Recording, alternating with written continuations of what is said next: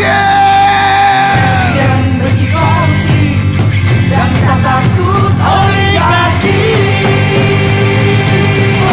2024 Anies Presiden. 2024 Anies Presiden. Anies jadi presiden. Ini wakil presiden. Terima kasih Anies Baswedan. buat Jakarta, Semakin nyaman, tapi kami jauh lebih. jadikan kau Presiden RI. Presiden benci korupsi dan tak takut oligarki. 2024 Anies Presiden. 2024 Anies Presiden. Anies jadi presiden. Ini wakil presiden. Anies jadi presiden.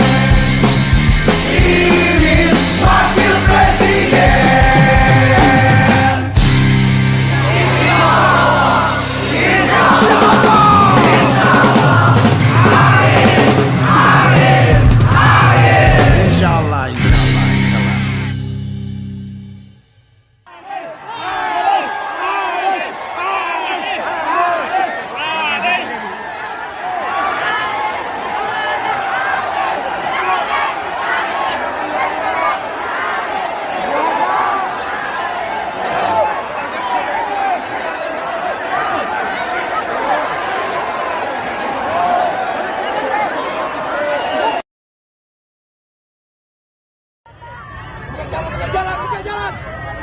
Buka jalan abang-abang, buka jalan.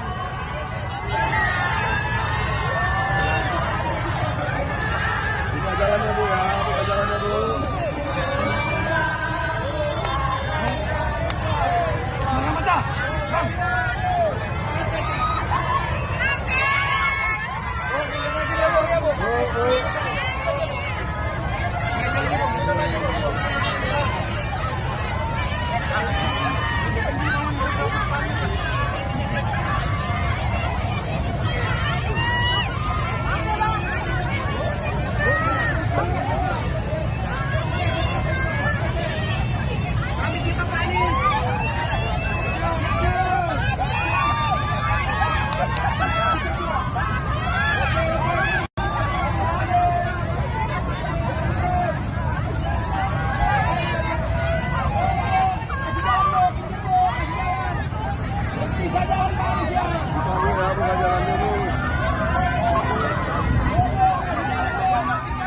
Assalamualaikum warahmatullahi wabarakatuh. Sobat RH sekalian, jumpa lagi kita di channel yang keren ini. Keren cadas. Ya Sobat RH sekalian, jangan lupa ya, besok sekira pukul 16.00 akan ada Rizal Ramli. Entah apalagi yang akan diomongkan Rizal Ramli, yang jelas saya mengundang beliau untuk mengungkapkan unek-uneknya ya, unek-uneknya. Oke, sobat semuanya, Anies hari ini berkunjung ke Sumut, Sumatera Utara, setelah dari mana ya, Sumbar, Aceh, Sumut, nggak tahu rutenya seperti apa, dan luar biasa ya antusiasme publik. Jadi selama ini dari 3 calon kita hanya menyaksikan hanya Anies yang disambut secara antusias oleh publik. Nah agak heran juga, setiap survei selalu kalah dia. Surveinya jauh sekali. Survei terakhir katanya Prabowo 40% dan Anies cuma 19% kira-kira. Luar biasa ya survei ini, how come? Tapi ya gak apa-apa juga kita sebutkan agar ini menjadi pembelajaran juga ya. Ya ini ada juga pernyataan Jimli soal permohonan Almas belum ditandatangani sudah diperbaiki ya. Nggak ngerti juga kita ya apa perbaikannya setelah Setelah selesai putusan, dilengkapi semua syarat administratifnya atau sebelum itu ya.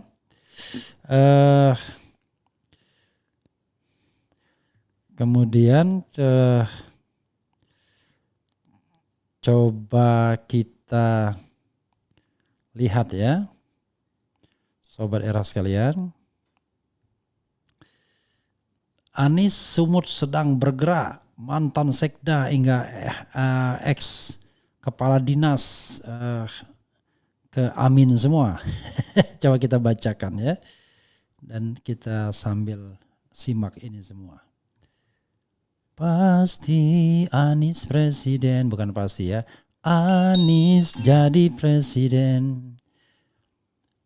Mantan sekda hingga ex kepala dinas gabung tim pemenangan Anies Muhaimin di Sumut. Oke, luar biasa. Sejumlah mantan pejabat pemerintah di Sumut bergabung untuk melakukan kampanye pemenangan terhadap pasangan Anies Baswedan Muhaimin Iskandar di Sumut.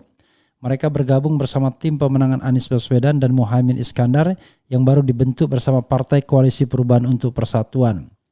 Adapun mantan pejabat pemerintah di Sumut yang mendukung Anies dan Muhaimin Iskandar seperti Sakti Alam Siregar, mantan sekda Kabupaten Batubara, kemudian Insinyur Hairul Lubis, mantan Kadispora Pemprov Sumut, Oke Zulkarnain, mantan asisten Kesos Sumut, dan Siti Bayu Nasution, mantan Kadis Lingkungan Sumut.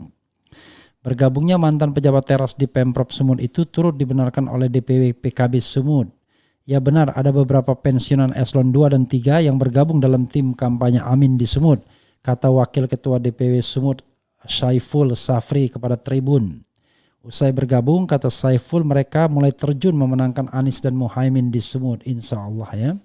Saiful menyebut dukungan dari mantan pejabat Pemprov Sumut itu karena adanya kesamaan visi untuk membawa Indonesia ke arah yang lebih maju.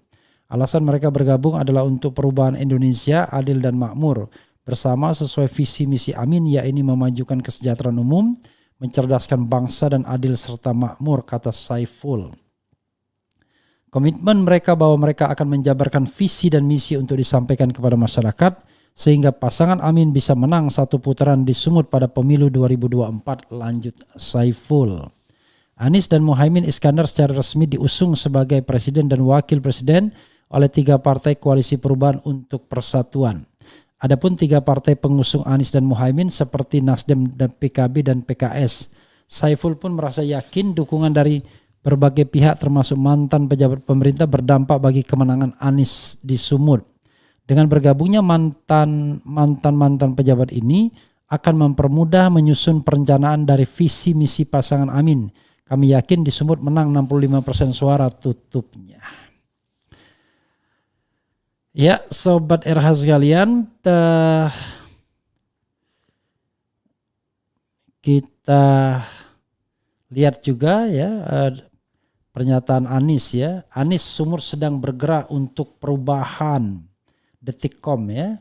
Deli Serdang, bakal calon presiden baca pres Koalisi Perubahan Anies Baswedan tiba di Bandara Kuala Namu, Kabupaten Deli Serdang, Sumatera Utara. Anies mengklaim masa yang menyambut kedatangan kali ini lebih ramai dibandingkan tahun lalu. Untuk diketahui pada November 2022, Anies sempat melakukan kunjungan ke Sumut, salah satunya ke Istana Maimun Medan. Di sana Anies sekaligus mendeklarasikan dirinya sebagai capres dari Nasdem. Luar biasa dibandingkan tahun lalu, kedatangan kami tahun ini menumbuhkan sambutan yang jauh lebih besar. Antusiasme yang luar biasa, kata Anies saat tiba di Bandara Kuala Namu Kamis. Anies mengatakan ramainya warga yang menyambut kedatangannya itu menjadi bukti bahwa Sumut sedang menuju ke arah perubahan. Dia mengaku salut akan hal itu. Memang Sumut sedang bergerak untuk perubahan, Sumut sedang menyongsong perubahan, salut, ujarnya. Anies sendiri keluar dari pintu kedatangan bandara sekitar pukul 15.06 WIB. Anies tampak mengenakan kemeja biru langit dengan rompi biru tua. Mantan Gubernur DKI Jakarta itu juga terlihat mengenakan tanjak khas Melayu berwarna orange. Dia terlihat didampingi oleh istrinya. Warga yang menyambut kedatangan Anies banyak berkumpul di bandara, mulai dari yang muda hingga tua memadati bandara itu. Mereka sudah sejak siang menunggu di pintu kedatangan. Saat Anies tiba, massa berteriak Anies Presiden. Ya, harusnya nyanyikan lagu RH Ogi dan kawan-kawan ya. Anies jadi presiden 2024, Anies presiden 2024, Anies presiden, Anies jadi presiden, Imin wakil presiden, harusnya begitu. Anies Baswedan sendiri akan melakukan Anies presiden teriak massa. Massa yang hadir ini tampak mengenakan baju-baju partai yang masuk koalisi perubahan seperti Nasdem, PKS, dan PKB. Ada juga masyarakat umum lainnya, sejumlah warga terlihat berupaya untuk bisa berfoto dan bersalaman dengan Anies. Anies Baswedan sendiri akan melakukan kegiatan di sejumlah wilayah di Sumut. Dari bandara menuju ke Stabat, Kabupaten Langkat, di gedung MAPMI akan bertemu dengan tokoh masyarakat, tokoh pemuda, dan kader partai serta relawan, kata Ketua DPW Nasdem Sumut Iskandar Rabu. Setelah dari Stabat, kata Iskandar, Anies akan menuju ke kota Binjai untuk melaksanakan sholat maghrib dan makan malam. Setelah itu Anies dan rombongan akan berangkat ke Tebing Tinggi. Tiba di sana sekitar pukul 21.30 WIB malam dan akan bertemu dengan para masyarakat terutama para milenial di Kopi Kawan, tuturnya. Wah, bahagia sekali. Bayangkan Jawa. Anies kemudian akan melanjutkan perjalanan ke Pematang Siantar dan menginap di sana. Besok harinya akan bertemu dengan masyarakat di Pematang Siantar sejak pukul 06.00 WIB. Wah, saya juga pernah ke Pematang Siantar ya. Setelah itu akan menuju ke Persulukan Tuan Guru Batak di Simalungun, ucapnya. Anies kemudian melanjutkan perjalanan ke Asahan untuk melaksanakan sholat Jumat di Masjid Agung Kisaran. Di Asahan Anies akan bertemu dengan keluarga besar Al-Wasliyah. Luar biasa ya. Ya saudara sekalian, tetap saja ya, ini tantangan Anies Baswedan. Apakah keramaiannya selama ini dalam setiap kunjungannya itu berbuah dengan saya kalau dikatakan elektabilitas agak susah juga, tetapi berbuah dengan suara yang bisa melampaui dua pesaingnya, baik Prabowo maupun Ganjar Pranowo ya, yaitu Wowo dan Nowo. Ya, mudah-mudahan pemilu berlangsung secara luber dan jurdil sehingga nantinya yang menang adalah mereka yang dipilih rakyat, bukan dipilih konglomerat, apalagi oleh aparat ya, terlebih penjahat ya. Jadi yang dipilih oleh rakyat bukan oleh konglomerat, bukan oleh pejabat, apalagi penjahat ya. Gitu.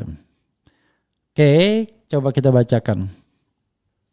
Izin sambil makan malam. What time is it now? Oke, D doang. D doang atau Dik doang ya? Dik doang. Masa Dik doang ya? D doang. D saja ya.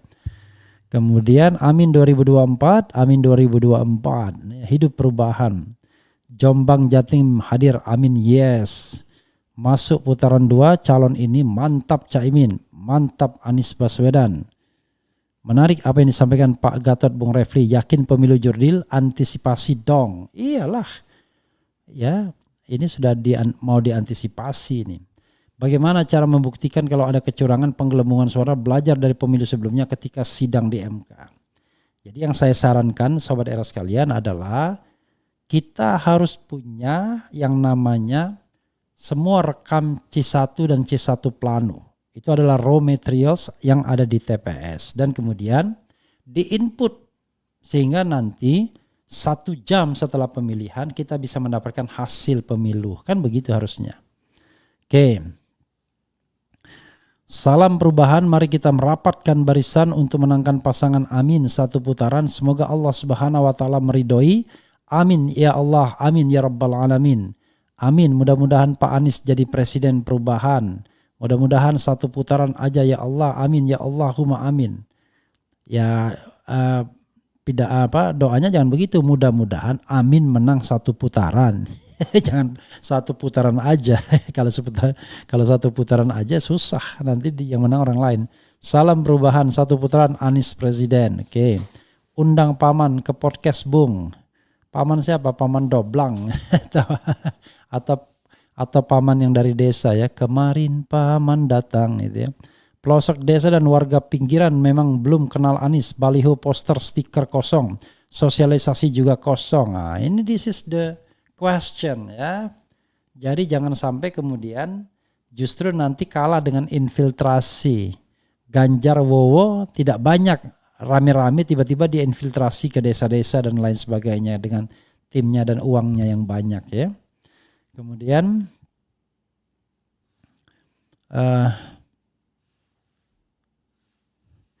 MK bisa muasin rakyat enggak tuh Bang RH? Ya rakyat puas kalau ketua MK-nya dipecat karena akan menjadi masalah terus-menerus kan. Kalau tidak diberhentikan, yang jelas yang namanya konflik of interest akan terus berlanjut ya, dan hakim lainnya juga.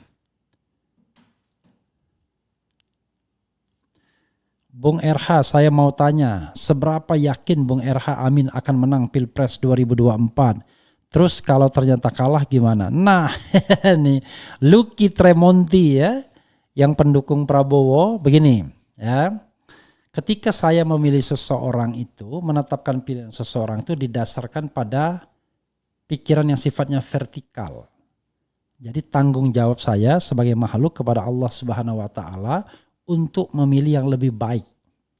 Saya membandingkan ketiga calon itu dan saya menemukan, saya meyakinkan diri saya bahwa Anies lebih baik dibandingkan Ganjar dan Prabowo in any aspect. Dalam banyak aspek lah, in many aspect, bukan any, but in many aspect.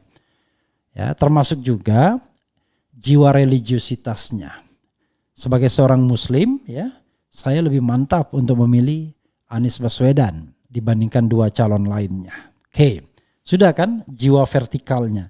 Nah, horizontalnya itu adalah perkara manusiawi.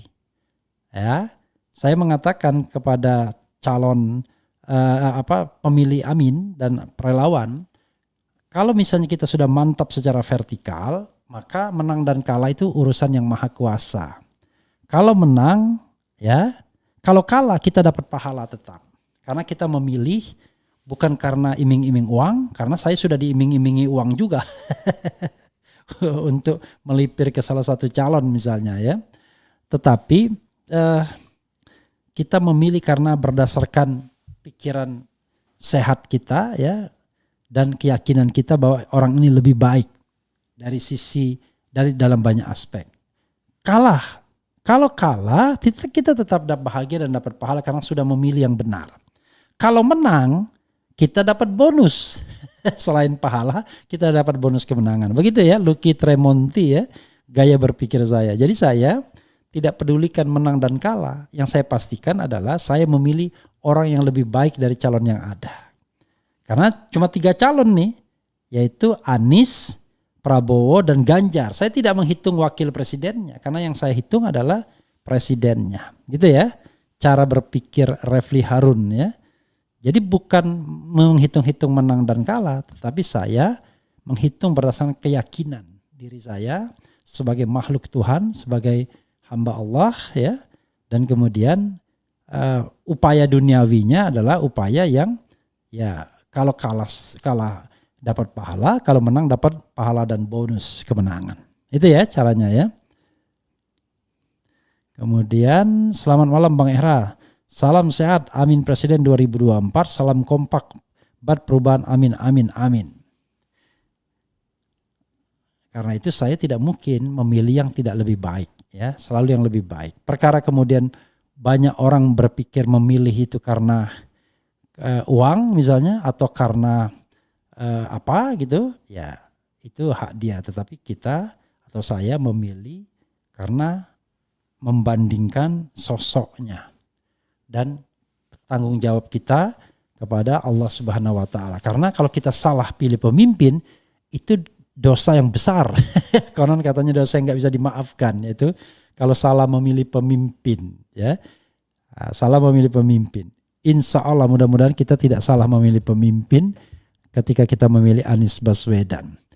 Itu saja sahabat sekalian. Wassalamualaikum warahmatullahi wabarakatuh. Cia.